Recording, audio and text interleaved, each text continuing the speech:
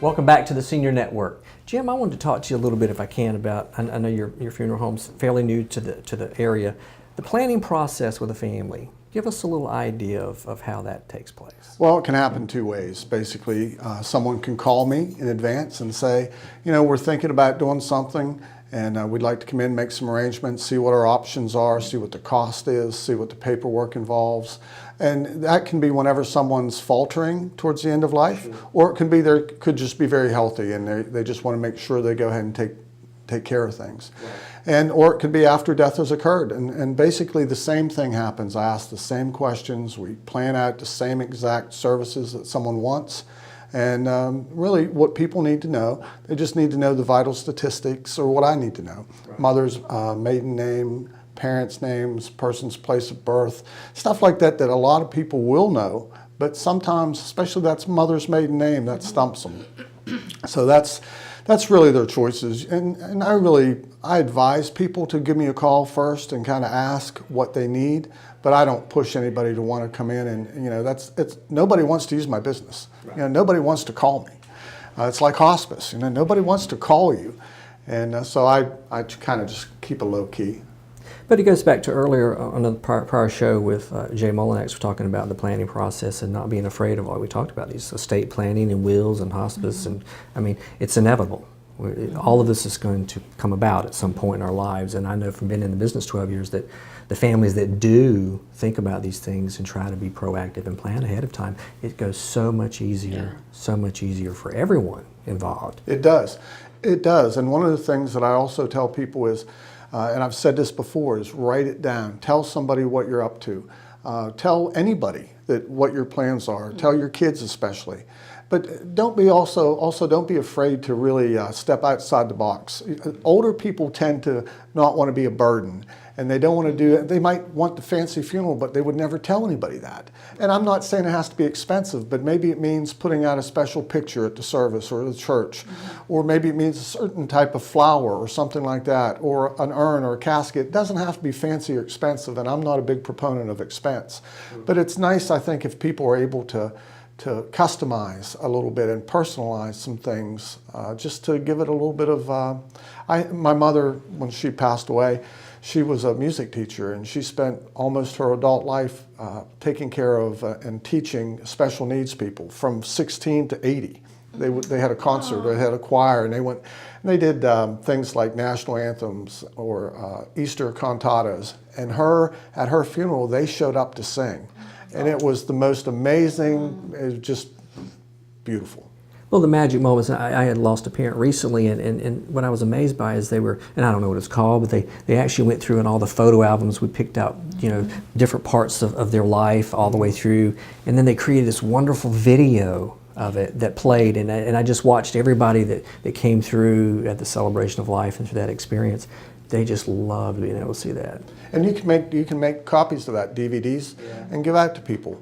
And especially if someone's not able to come to the service, just allow them to be involved. And it's important for people to be involved. And one of the things I also say is that you can't really pre-plan grief. You can plan for death, but you can't pre-plan for the emotions that involves. And it's important to have people participate. Even if everything's done, let them read, let them pick a verse or a poem or something for the prayer cards, or, you know, if it's church, maybe they can bring up the gifts. The grandkids can bring up the gifts at church. Those are things that get everybody involved, and they remember that. I think talking about things in advance, and I know it's not the best dinner conversation, but it can be funny. We've had some funny ones. But really knowing, so everybody's on the same page, because what Dad may tell me may be different than what he tells my brother who lives, you know, in California. Right. And I think that's really important, the communication. This is what I want, whether it's, you know, end of life or my funeral. It's important. Yeah, there's no doubt about that. And hospice and home care both have a big part of that, because if nothing else, it's a good kickstart.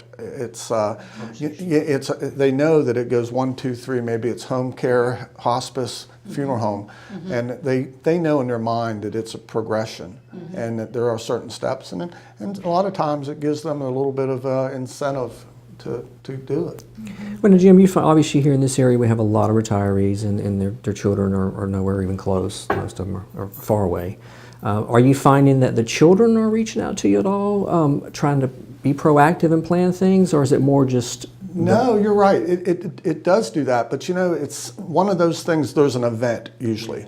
There's an event that says we have to do this. I talked to a guy the other day. He goes, "I got to talk to you pretty soon because my mom's getting up there." I said, "Well, how old is she?" He said, 96. And I said, 96, and you're just now thinking about this. He goes, "Oh yeah, I guess you're right." But some people, it's just so natural, and these people, as they get older, they live a better quality of life, and they're very independent all the way up. And the last thing those kids think about is mom or dad not being there. And sooner or later, it's going to happen, and you just try to guide them in the right direction. Well, it can be awkward too. You know, I said to my father when he was 89, "We should really talk about this." And he said, "Do you think I'm old?"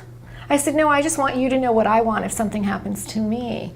Because people don't like to bring it up to their parents, you know? You don't want to let them know that you're thinking ahead to that. It's hard. Oh, I know. And your parents, you know, as soon as you bring that up, it's like, "What are you after? You know, you want that vase, or, you know, what are you?" Right. Well, just take it now if that's what you want. And it's their way of, some people take it humorously. When my stepfather was admitted to hospice, he joked around to the point where I thought, you know, you realize what, you know, there are some issues we have to be serious about, and he didn't want to, that was how he dealt with it.